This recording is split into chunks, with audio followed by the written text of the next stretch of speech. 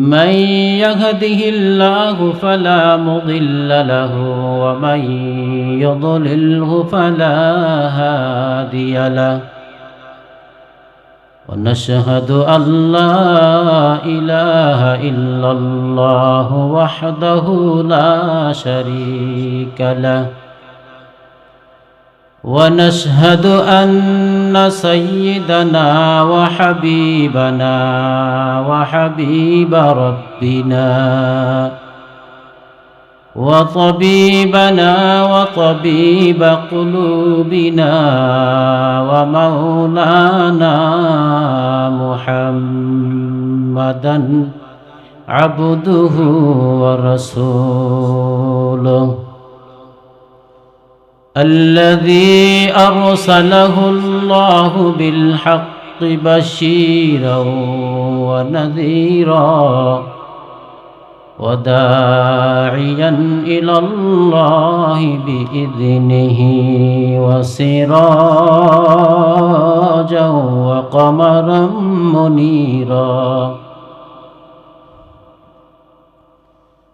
فقد قال الله تعالى في كلامه المجيد والفرقان الحميد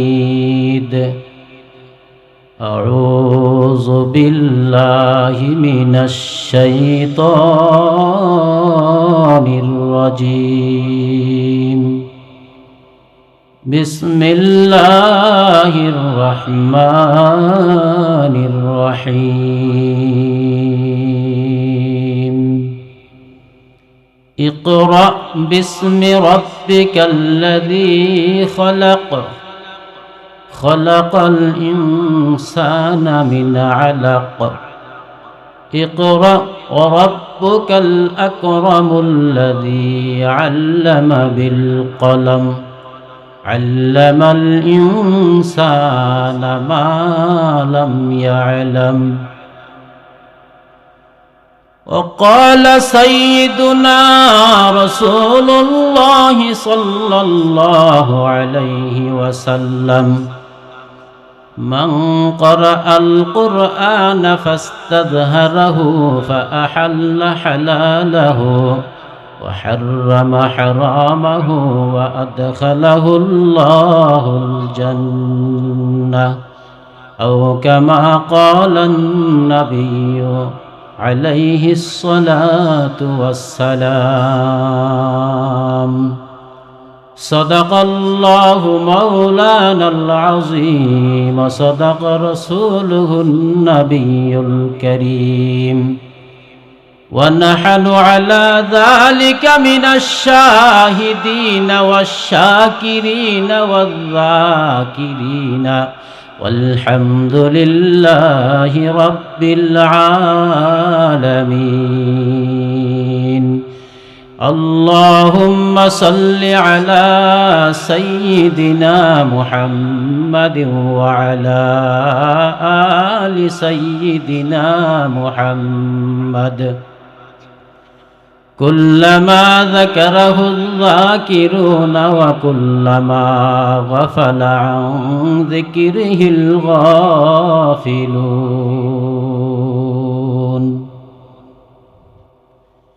عرب تھا جس نے قرنوں نے جہل سایا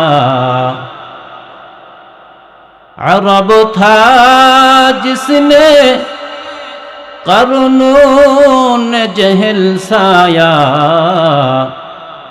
فلت دی فصیح کن میں اس کی کایا نبی لا الہ الا اللہ لا الہ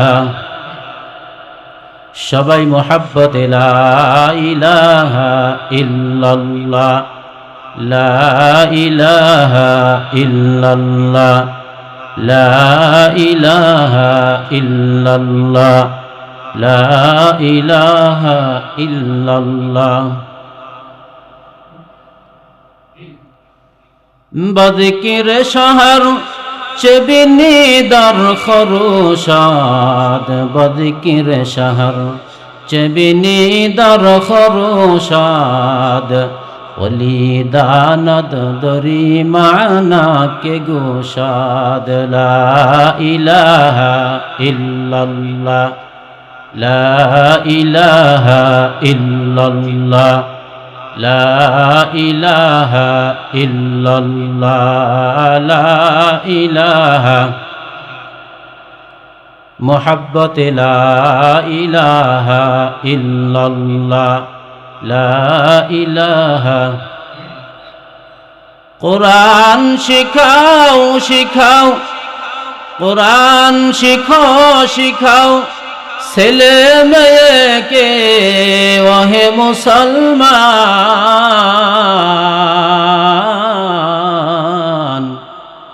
জান কবজের কালে তোমার হইবে আসান, জান কবজের কালে তোমার হইবে আসান। লা ইলাহা ইল্লাল্লাহ লা ইলাহা ইল্লাল্লাহ লা ইলাহা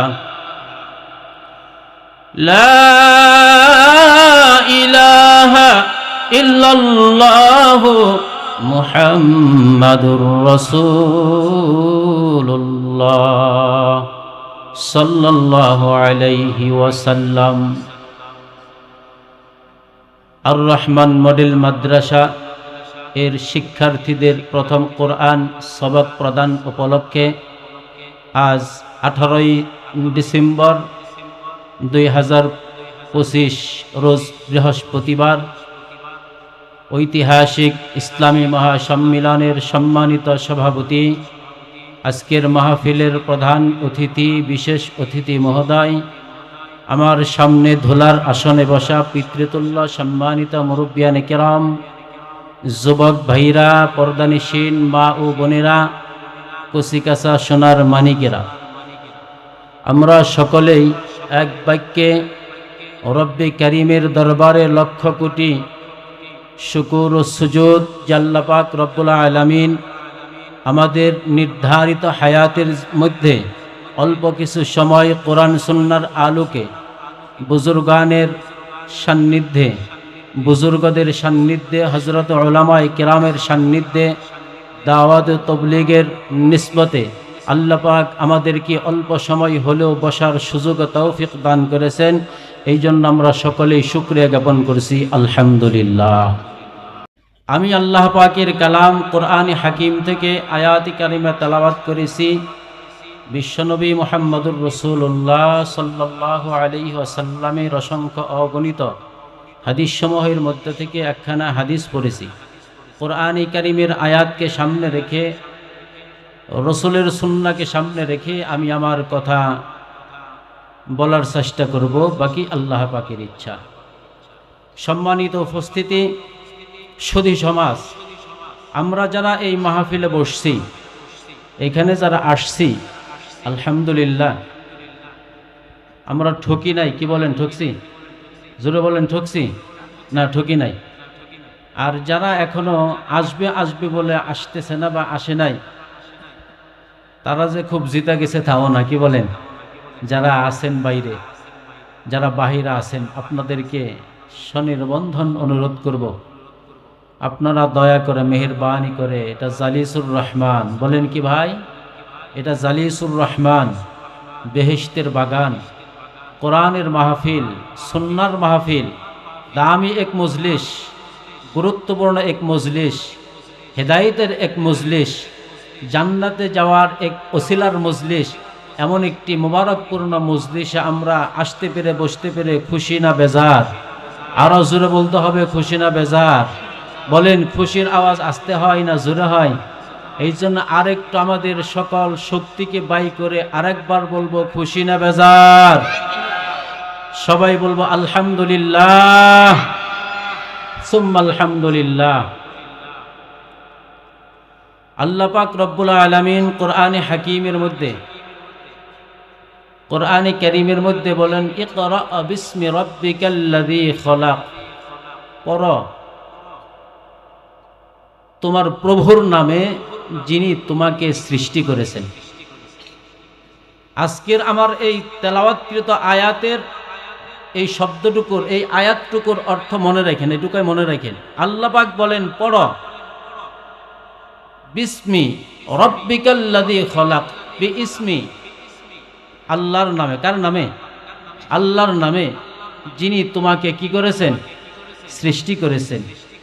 পৃথিবীতে যত পড়া আছে, যত পড়ালেখা আছে, এই সব পড়ালেখার মধ্যে আল্লাহ পাকের নাম নিয়ে পড়া, আল্লাহর নাম নিয়ে পড়তে হবে, পড়া, এটা নাই। একমাত্র কোরআন হাদিস পড়বার জন্য আল্লাহ তাআলা বলছেন, পড়ো তুমি তোমার প্রভুর নামে, তোমার প্রভুর নামে তুমি পড়ো, যিনি তোমাকে সৃষ্টি করেছেন। আমি একখানা হাদিস পড়েছি, হাদিসের অর্থ হলো, মান ক্বারাআল কুরআনা ফাস্তাযহারাহু ফাআহাল্লা হালালাহু ওয়া হাররামা হারামাহু ওয়া আদখালাহুল্লাহুল জান্নাহ। আল্লাহর নবী সাল্লাল্লাহু আলাইহি ওয়াসাল্লাম ফরমান, মান ক্বারাআল কুরআন, যে ব্যক্তি কোরআনে কারীম তেলাওয়াত করে, যে ব্যক্তি কোরআনে কারীমের শিক্ষা গ্রহণ করে, যে ব্যক্তি কোরআনে কারীম তেলাওয়াত করে, ফাস্তাযহারাহু ফাআহাল্লা হালালাহু ওয়া হাররামা হারামাহু, কোরআন শরীফ তেলাওয়াত করবার পরে তার হালালকে হালাল জেনে মানে, হারামকে হারাম জেনে তা বর্জন করে, আল্লাহর নবী সাল্লাল্লাহু আলাইহি ওয়াসাল্লাম বলেন, ওই ব্যক্তির জন্য আল্লাহ পাক ঠিকানা রেখেছেন জান্নাত। ওয়া আদখালাহুল্লাহুল জান্নাহ, সে প্রবেশ করবে, সে দাখিল হবে কোথায় ভাই? জান্নাতে। কোথায়? জান্নাতে। এই হলো আজকের আমার আয়াতের বিষয়বস্তু। আমার প্রাণের ভাইয়েরা, আমরা কোরআনে কারীম শিক্ষা গ্রহণ করতে পারি মসজিদে গেলেই, মাদ্রাসায় গেলেই। কথা বলেন, ঠিক নেই? জিজ্ঞেস করি, সহজ না কঠিন? সহজ। ইচ্ছা করলেই পারি, শুধু আমাদের ইচ্ছার অভাব। আমাদের ছেলে মেয়েদেরকে শিখাইব, এটা আমাদের ইচ্ছার অভাব। হাতের নাগালে, একেবারে ঘরের দরজা খুললেই আমরা শিক্ষা গ্রহণ করতে পারি কি পারি না? বলেন, পারি। কিন্তু কোরআনে কারীম আমাদের পর্যন্ত আসতে, আমাদের পর্যন্ত পৌঁছতে কঠিন হয়েছে না সহজ হয়েছে? আপনারা কি মনে করেন? আমাদের পর্যন্ত কোরআনে কারীম আসতে বা পৌঁছতে সহজ হয় নাই, কঠিন হয়েছে। কি হয়েছে? কঠিন। কঠিন। আমার প্রাণীর ভাইরা, আমরা কোরআনে কারীম তেলাওয়াত করব। আমি কোরআনে কারীমের আয়াতে কারিমা তেলাওয়াত করেছি এমন এক জায়গায় থেকে, এমন এক পারাত থেকে, এমন এক সূরা থেকে আয়াতে কারিমা তেলাওয়াত করেছি, যেই আয়াতগুলো সর্বপ্রথম আল্লাহর নবী সাল্লাল্লাহু আলাইহি ওয়াসাল্লাম, নবী মুহাম্মদুর রাসূলুল্লাহ সাল্লাল্লাহু আলাইহি ওয়াসাল্লামের উপর নাযিল হয়েছে। বলেন সুবহানাল্লাহ। আল্লাহর নবীর কাছে কোরআনে কারীম নাযিল হয়েছে, এও সহজ না, অনেক কঠিন। ঠিক না? বা ঠিক? রাসূলের কাছে কোরআনে কারীম নাযিল হয়েছে, সহজ না, আল্লাহর নবীর অনেক কঠিন হয়েছে, অনেক কষ্ট হয়েছে। সুবহানাল্লাহ। আমার প্রাণের ভাইরা, হযরত জিবরাইল আলাইহিস সালাতু ওয়াস সালাম নবী মুহাম্মদুর রাসূলুল্লাহ সাল্লাল্লাহু আলাইহি ওয়াসাল্লামের কাছে কোরআনের আয়াত নিয়ে আসতেন। আল্লাহর নবী সাল্লাল্লাহু আলাইহি ওয়াসাল্লাম খুব তাড়াহুড়া করতেন তা মুখস্থ করবার জন্য, তা শিখবার জন্য। কারণ আল্লাহর নবীর কিন্তু সবক দিতে হবে উম্মতের কাছে। ঠিক না বেটি? সবক দিতে হবে কার কাছে? সবাই বলেন, সবক দিতে হবে কার কাছে? উম্মতের কাছে। কার কাছে? নবীর সবক দিতে হবে উম্মতের কাছে। সুবহানাল্লাহ। আমার প্রাণের ভাইরা, আল্লাহর নবী সাল্লাল্লাহু আলাইহি ওয়াসাল্লামের বয়স যখন 40 বছর, 40 বছর বয়স যখন নবীজির, আল্লাহ পাক আল্লাহর নবীরে স্বপ্ন দেখান, স্বপ্নের মাধ্যমে যা দেখান বাস্তবে তাই পান। সুবহানাল্লাহ। স্বপ্নে যা দেখেন বাস্তবে তাই হয়, স্বপ্নে যা দেখেন বাস্তবে তাই হয়। আল্লাহ পাক রব্বুল আলামিন আল্লাহর হাবিবকে স্বপ্নে দেখাইতে থাকলেন, দেখান, আর বাস্তবে তাই হয়। নবী মুহাম্মদুর রাসূলুল্লাহ সাল্লাল্লাহু আলাইহি ওয়াসাল্লাম আল্লাহ পাকের সাথে আরো গভীর সম্পর্ক করবার জন্য, আরো গভীর থেকে গভীর সম্পর্ক করবার জন্য নবী মুহাম্মদুর রাসূলুল্লাহ সাল্লাল্লাহু আলাইহি ওয়াসাল্লাম একটি নিরিবিলি জায়গায় থাকার সিদ্ধান্ত নিলেন, একটি নিরিবিলি পরিবেশে থাকার জন্য সিদ্ধান্ত নিলেন। আমার প্রাণের ভাইরা, যখন আল্লাহ পাকের বান্দা নীরবে নিরিবিলি একা একা থাকে, একা একা থাকলে যদি আল্লাহর কথা মনে হয়, নবীর কথা মনে হয়, আখিরাতের কথা মনে হয়, পরকালের কথা মনে হয়, এ দুস্থ জান্নাত জাহান্নামের কথা মনে হয়, বুঝতে হবে এই ব্যক্তি প্রকৃত মুমিন বা ঈমানদার, আল্লাহওয়ালা মুত্তাকি। আর একা একা থাকলে যদি গুনার কথা স্মরণ হয়, একা একা থাকলে যদি চুরি করার কথা স্মরণ হয়, একা একা থাকলে দুর্নীতি কেমনে করা লাগবে এইটা যদি স্মরণ হয়, বুঝতে হবে তার ভিতরে শয়তান প্রবেশ করেছে, শয়তান তাকে গ্রাস করে ফেলেছে। একা একা থাকলে যদি আল্লাহর কথা স্মরণ হয়, নবীর কথা স্মরণ হয়, আখিরাতের কথা স্মরণ হয়, বুঝতে হবে মারিফতের নূর তার ভিতরে প্রবেশ করেছে।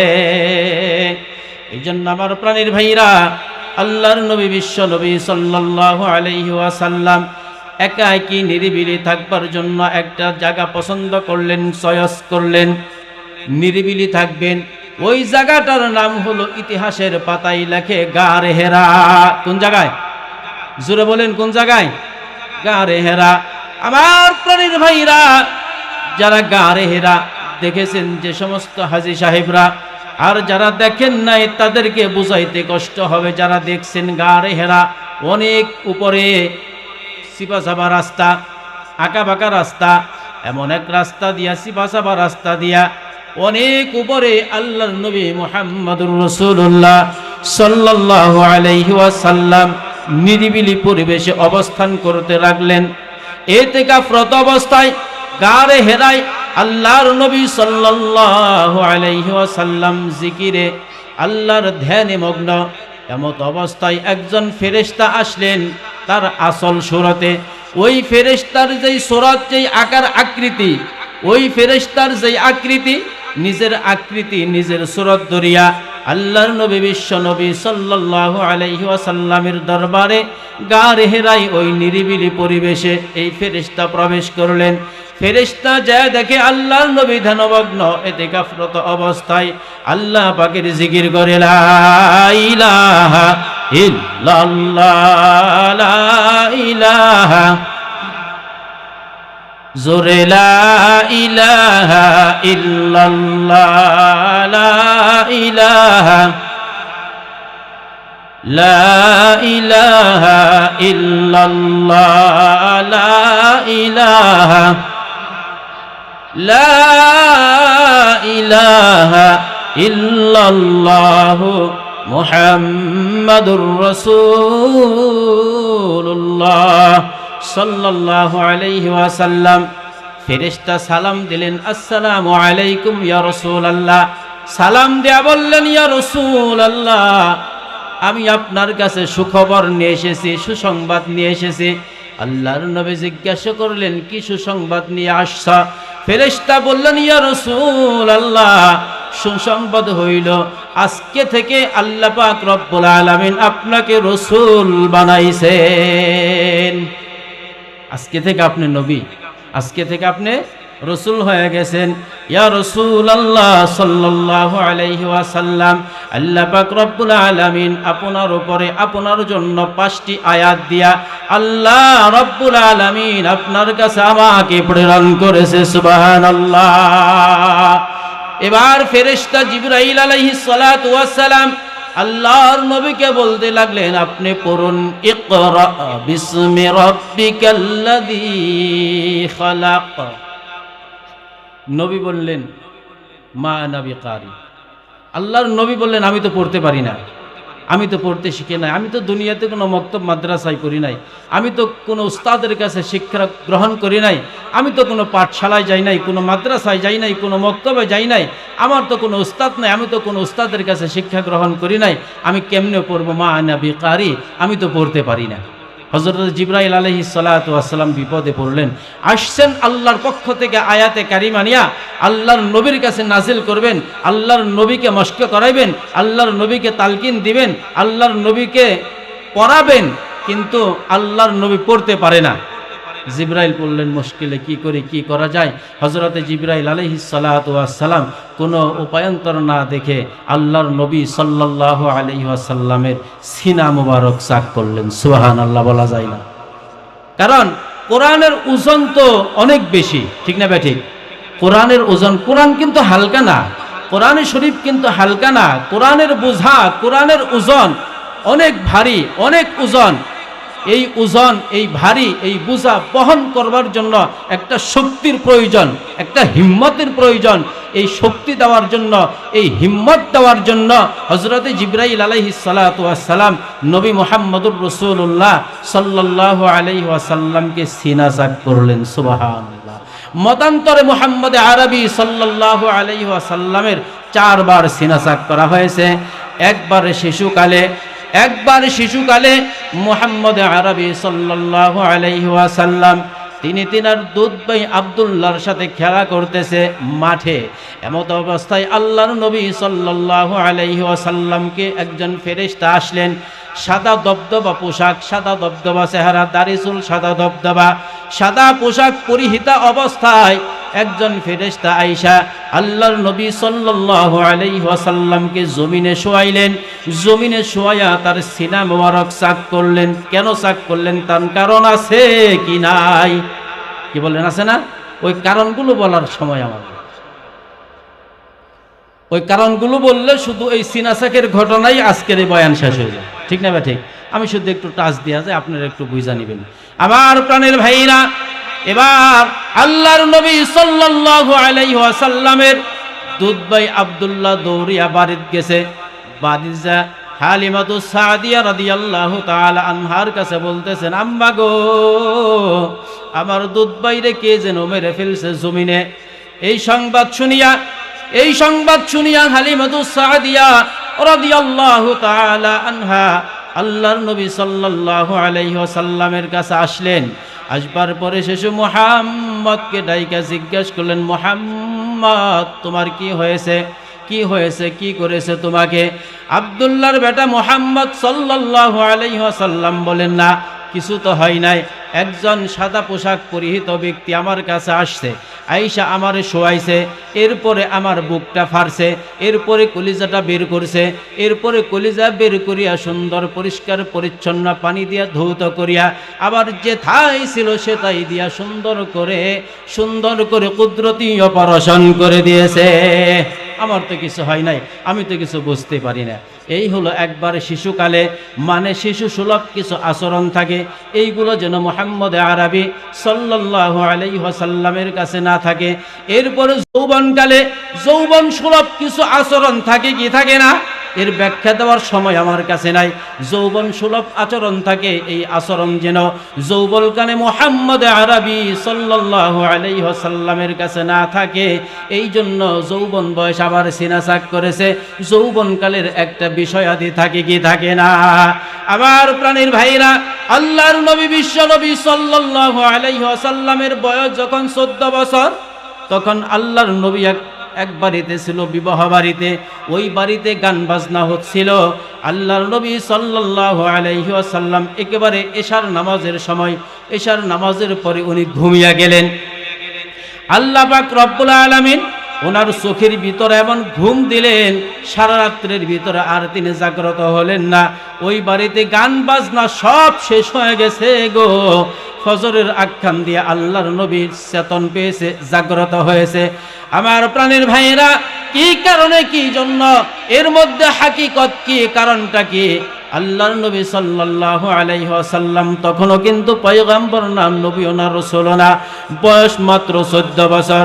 আল্লাহর নবী যদি এই বয়সে কোনো গানের মজলিসে গেতেন, গানের মজলিসে যোগদান করতেন, আর নবুয়াত প্রাপ্তির পরে যদি গানের বিরুদ্ধে কথা বলতেন, মক্কার কুরাইশ নেতৃবর্গরা বলতো, মুহাম্মদ, তুমিও না গানে গেছিলে, আমরা দেখছি। কথা বলেন ঠিক না ঠিক? তুমিও তো গান শুনতে আমরা একদিন দেখছি, তুমি গান শুনছিলা, তোমার গানের মজলিসে দেখেছিলাম, এই কথা যেন কেউ বলতে না পারে।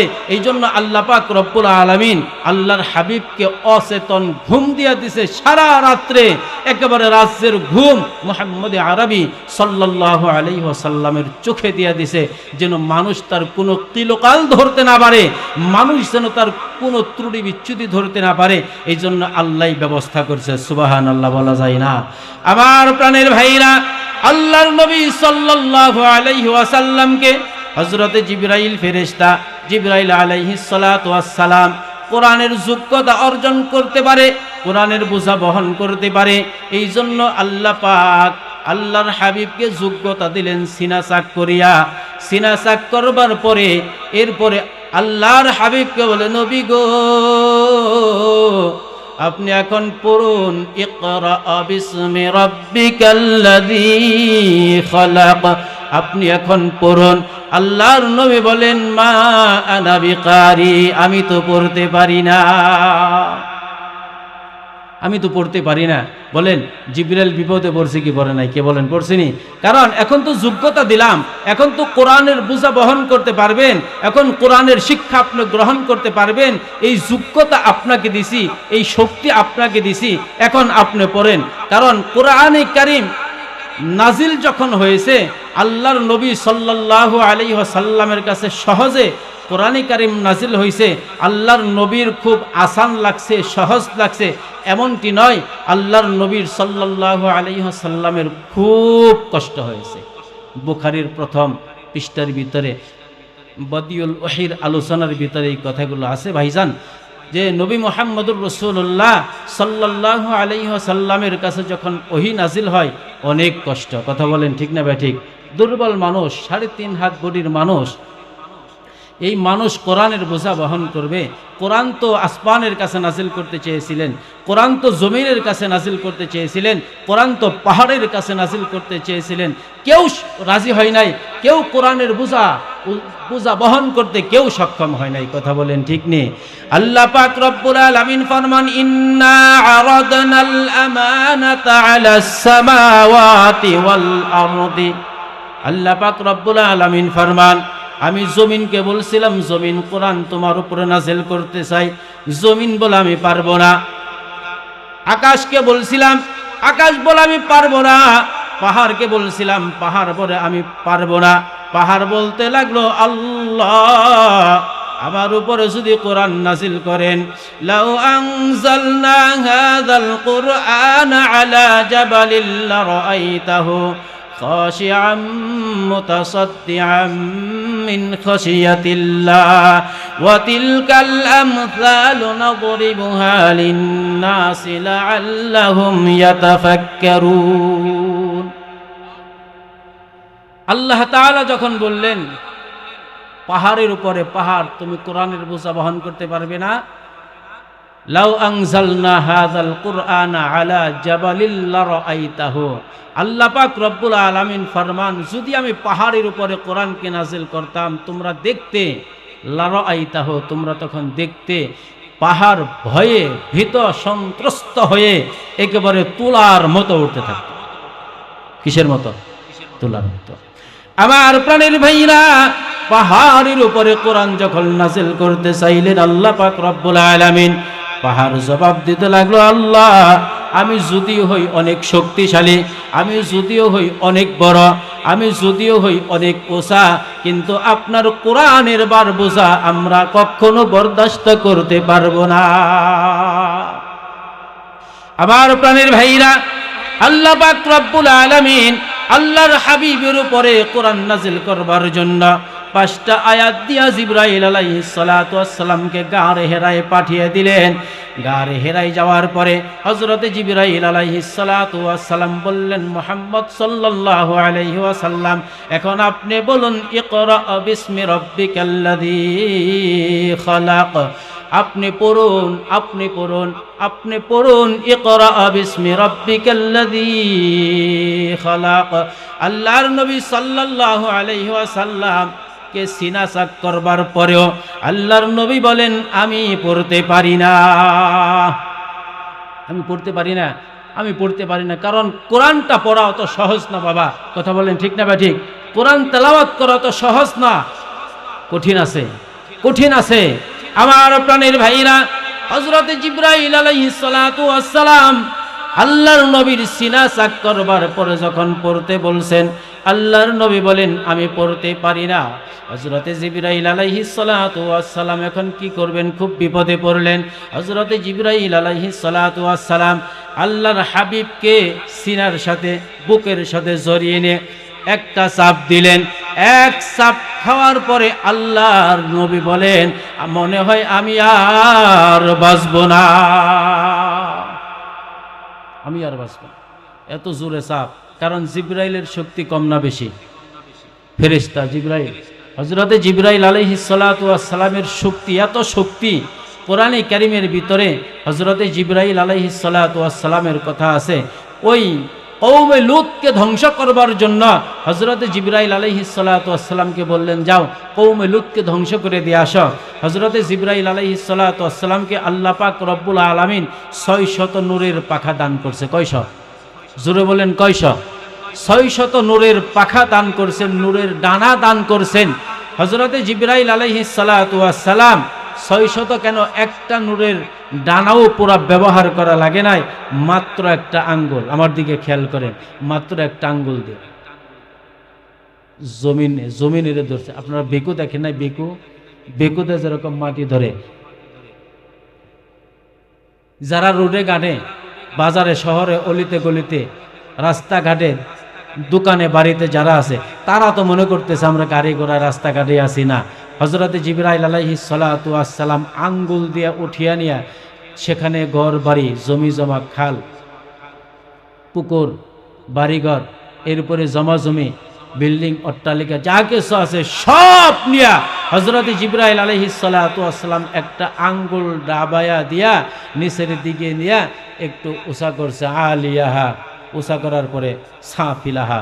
এরপরে জিবরাইল আলাইহিস সালাতু ওয়াস সালাম আবার নিচের দিকে ফেলে দিছে। কওমে লূত ধ্বংস হয়ে গেছে। কওমে লূত কি হয়ে গেছে? ধ্বংস হয়ে গেছে। বলেন হযরতে জিবরাইল আলাইহিস সালাতু ওয়াস সালামের শক্তি কম না বেশি?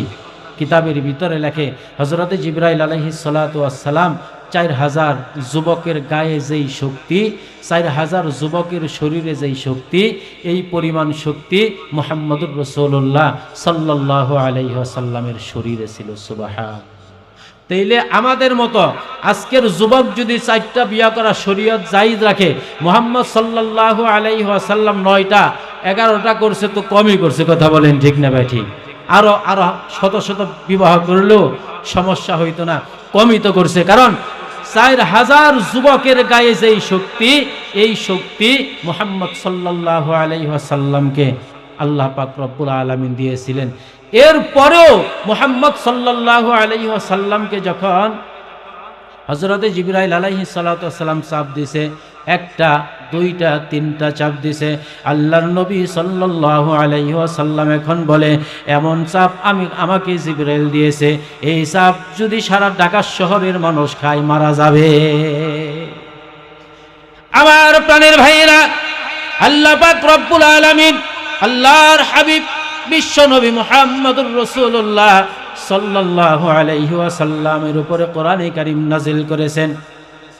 হযরতে জিবরাইল আলাইহিস সালাতু ওয়াস সালাম আল্লাহর নবীর সাথে বুকের সাথে বুক লাগায়া, বুকের সাথে বুক লাগানোর সঙ্গে সঙ্গে আল্লাহর নবীর সিনার ভিতরে ইলমুল ওহী চলে গিয়েছে। সুবহানাল্লাহ। হযরতে জিবরাইল আলাইহিস সালাতু ওয়াস সালামের সিনার থেকে আল্লাহর নবীর সিনায় প্রবেশ করেছে। এখন আল্লাহর নবী সাল্লাল্লাহু আলাইহি ওয়াসাল্লামকে বলেন হে নবী আপনি পড়ুন। আল্লাহর নবী সাল্লাল্লাহু আলাইহি ওয়াসাল্লাম এখন পড়েন ইকরা বিসমি রাব্বিকাল্লাযী খালাক। আমার প্রাণের ভাইরা, এই 5টা আয়াতে কারিমা আল্লাহর নবী সাল্লাল্লাহু আলাইহি ওয়াসাল্লামকে দেওয়ার পরে, নাজিল করবার পরে আল্লাহর নবী সাল্লাল্লাহু আলাইহি ওয়াসাল্লাম গারে হেরাত থেকে নেমে আসলেন। গারে হেরাত থেকে নেমে যখন আসলেন, আল্লাহর নবীর অনেক কষ্ট হয়েছে, চিপা-চাপা রাস্তা দিয়া, আঁকা-বাঁকা রাস্তা দিয়া, এরপরে অনেক উপরের থেকে যখন নিচে নেমে আসছে, আল্লাহর নবী সাল্লাল্লাহু আলাইহি ওয়াসাল্লাম গারে হেরাত থেকে নেমে ডাইরেক্ট খাদিজাতুল কুবরা রাদিয়াল্লাহু তাআলা আনহার ঘরে চলে গেছে।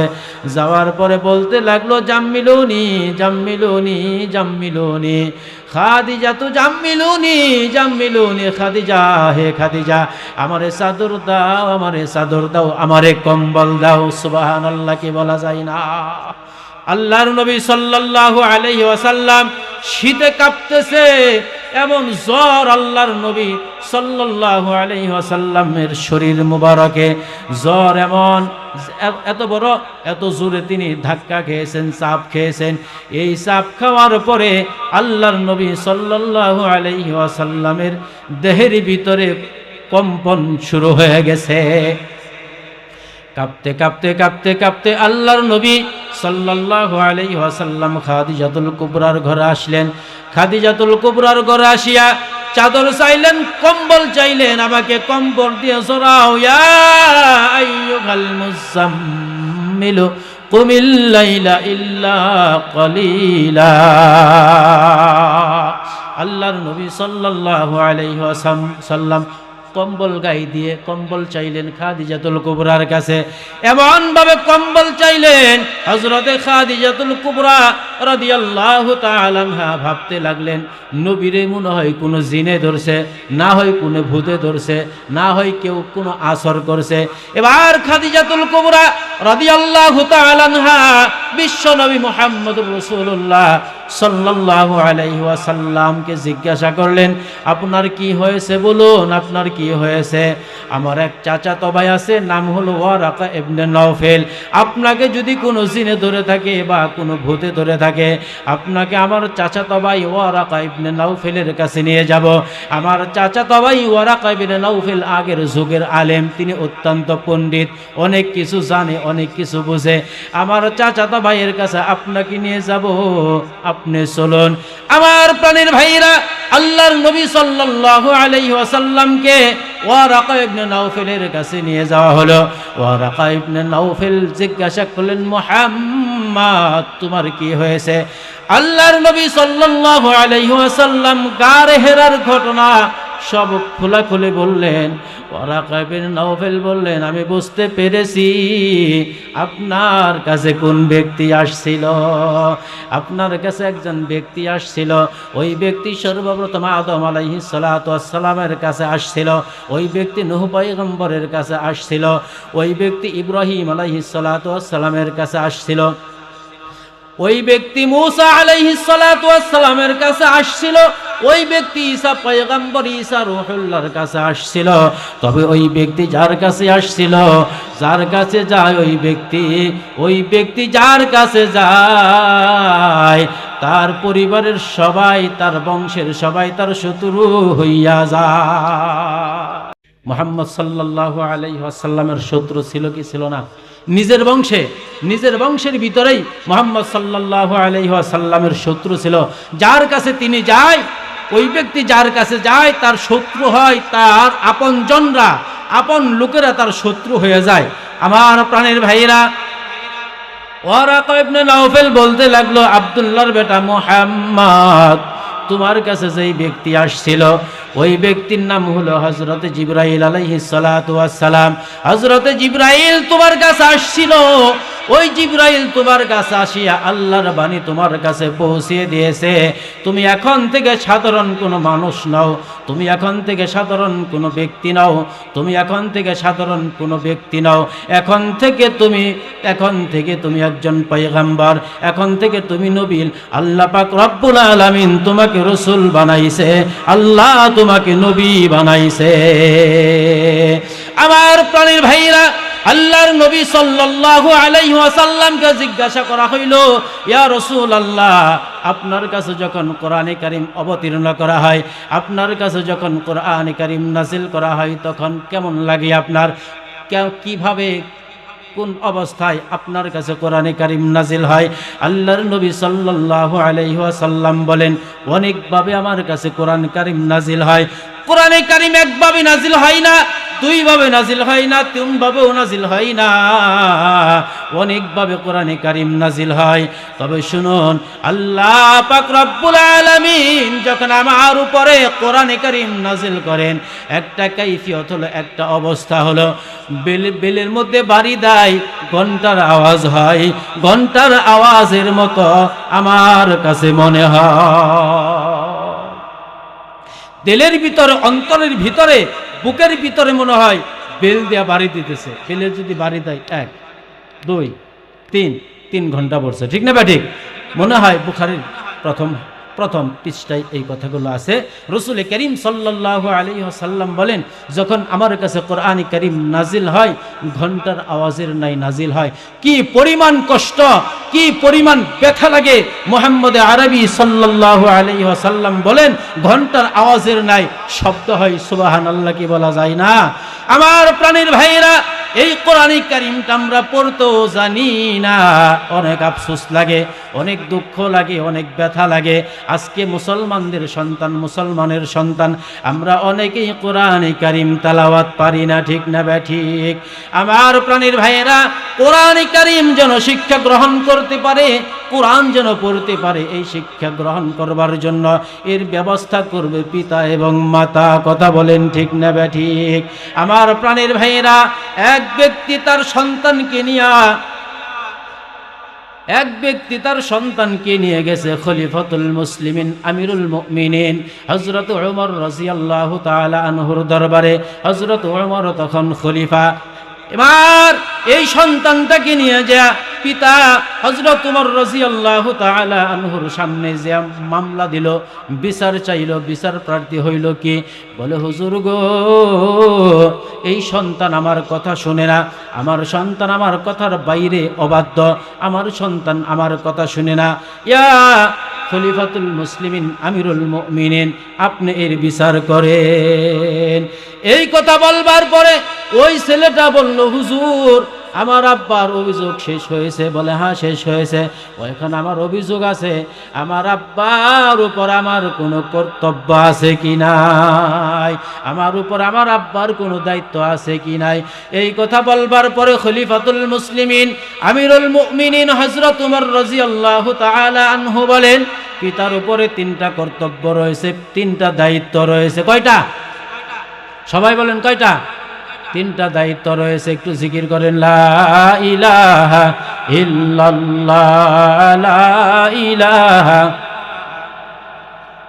জোরে লা ইলাহা ইল্লাল্লাহ, লা ইলাহা ইল্লাল্লাহ, লা ইলাহা,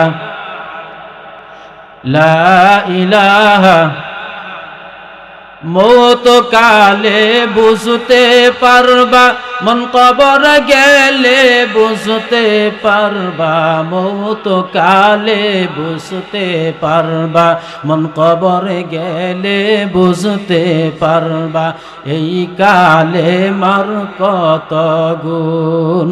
আল্লাহ আল্লাহ বলো রে মুমিন গণ, লা ইলাহা, লা ইলাহা ইল্লাল্লাহ, লা ইলাহা,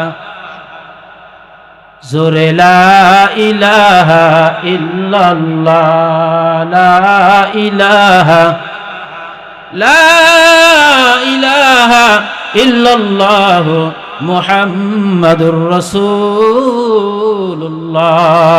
সাল্লাল্লাহু আলাইহি ওয়াসাল্লাম। আমার প্রাণীর ভাইরা, খলিফাতুল মুসলিমিন আমিরুল মুমিনিন হযরত ওমর রাদিয়াল্লাহু তাআলা আনহু বললেন, পিতা মাতার উপরে, পিতার উপরে 3টা কর্তব্য। কয়টা? ভাই মনে রাখতে হবে এই কথাগুলো, এই কথাগুলো আমাদের সবার মনে রাখতে হবে।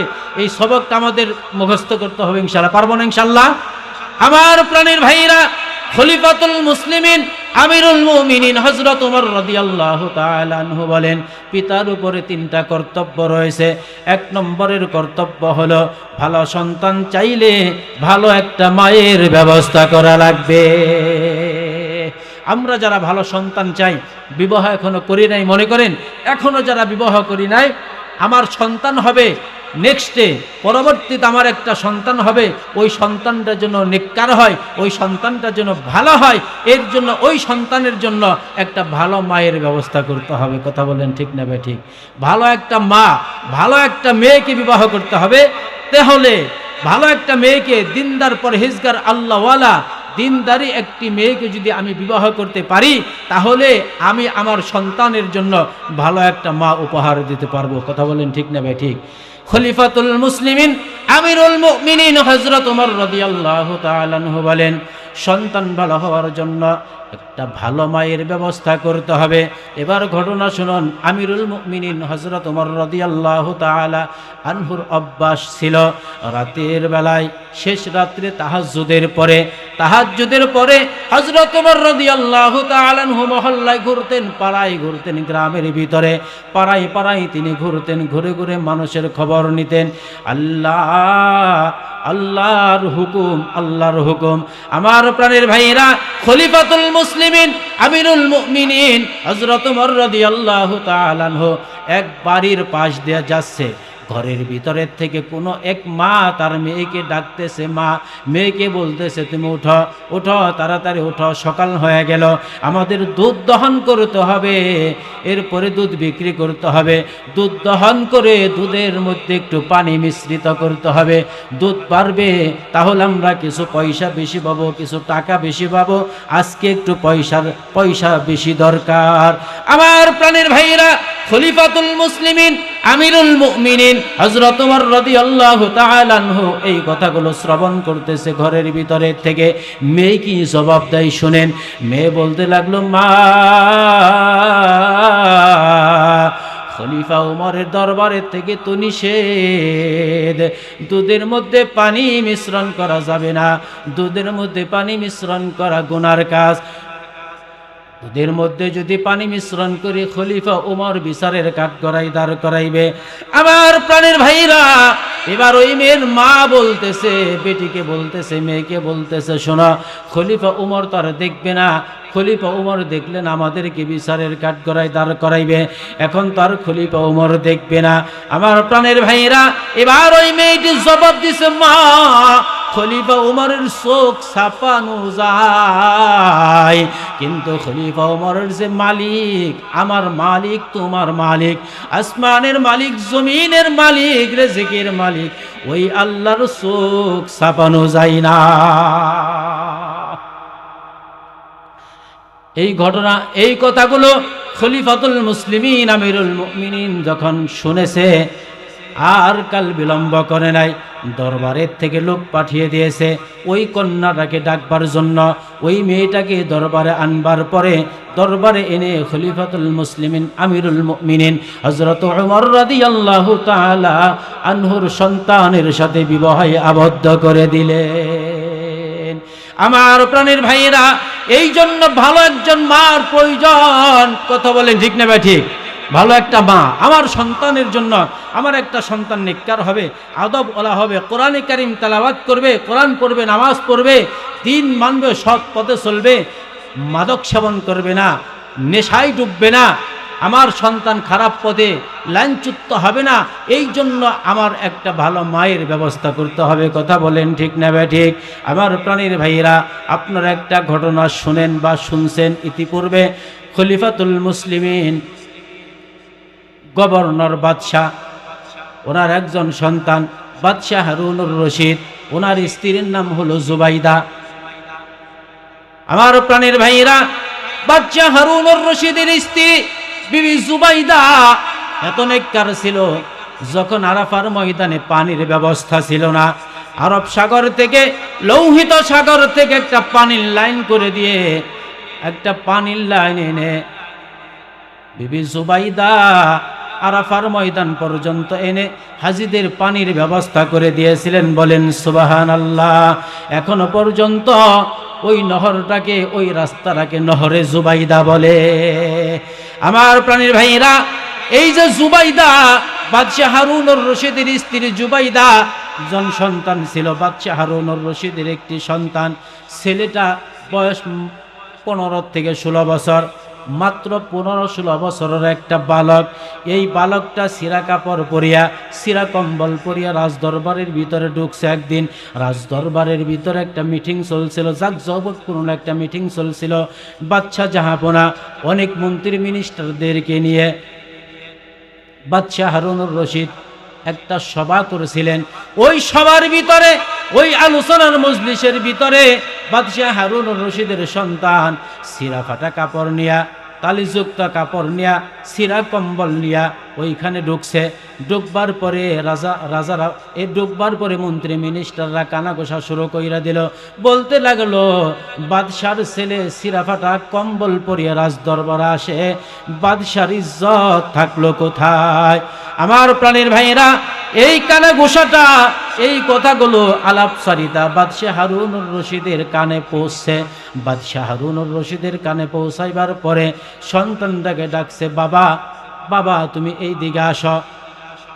সন্তান বাবার কাছে যাওয়ার পরে বাদশাহ হারুনুর রশিদ বলতে লাগলো, বাবা তুমি যখন রাজদরবারে ঢুকবা, রাজকীয় পোশাক পরিয়া ঢুকবা, সিরা ফাটা কম্বল পরিয়া রাজদরবারে ঢুকলে বাপের ইজ্জত থাকে না। আমার প্রাণের ভাইয়েরা, এবার বাদশাহ হারুনুর রশিদের ছেলে চিন্তা ভাবনা করতে লাগলো, আমার সিরা ফাটা কম্বল পরা দেখিয়া আমার বাবা আমাকে পছন্দ করে না, লাইক করে না, আমাকে পছন্দ করে নাই। রাজদরবারের থেকে বাইরে গাছের ডালের মধ্যে দেখে একটা পাখি বসা। বাদশাহ হারুনুর রশিদের ছেলে বলতে লাগলো, ভাবতে লাগলো, আমার আব্বা আমাকে চিনে নাই, রাজদরবারের কোনো মন্ত্রী মিনিস্টার আমাকে চিনে নাই, এই জন্য আমার কথা বলে, আমি রাজকীয় পোশাক পরি না, আমার বিরুদ্ধে বদনাম করে। রাজদরবার থেকে বাদশাহ হারুনুর রশিদের ছেলে গাছের ডালার মধ্যে একটা পাখি বসা দেখবার পরে ওই পাখিটাকে ডাক দিয়েছে বাদশাহ হারুনুর রশিদের ছেলে। বলতে লাগলো, রে পাখি রে, আমি যদি আল্লাহর বান্দা মুহাম্মদ আরবি সাল্লাল্লাহু আলাইহি ওয়াসাল্লামের প্রিয় উম্মত হয়ে থাকি, আর তুই যদি আল্লাহর একটি মাখলুক হয়ে থাকস, আমি তোকে অর্ডার করলাম তুই আমার হাতে আইসা বইসা যা। আমার প্রাণের ভাইরা, বাদশাহ হারুনুর রশিদের ছেলে ওই পাখিটাকে ডাক দেওয়ার পরে ওই পাখিটার কাল বিলম্ব করে নাই, আর একটু দেরি করে নাই, সঙ্গে সঙ্গে ওই পাখিটা বাদশাহ হারুনুর রশিদের ছেলের হাতের মধ্যে গিয়া বইসা পড়েছে। সুবহানাল্লাহ। এরপরে বাদশাহ হারুনুর রশিদের ছেলে বলতে লাগলো, পাখি রে, আমি যদি আল্লাহর বান্দা, আল্লাহর নবীর প্রিয় উম্মত হয়ে থাকি, আর তুই যদি আল্লাহর মাখলুক হয়ে থাকস, আমি তোকে এখনই অর্ডার করলাম, তুই যেই ডালের মধ্যে বসাছিলি ওই ডালের মধ্যে গিয়ে তুই আবার বসিয়া যা। এই কথা বলবার পরে পাখিটা আর কাল বিলম্ব করে নাই, পাখিটা ওই ডালের মধ্যে গিয়া বসিয়া গেছে। সুবহানাল্লাহ।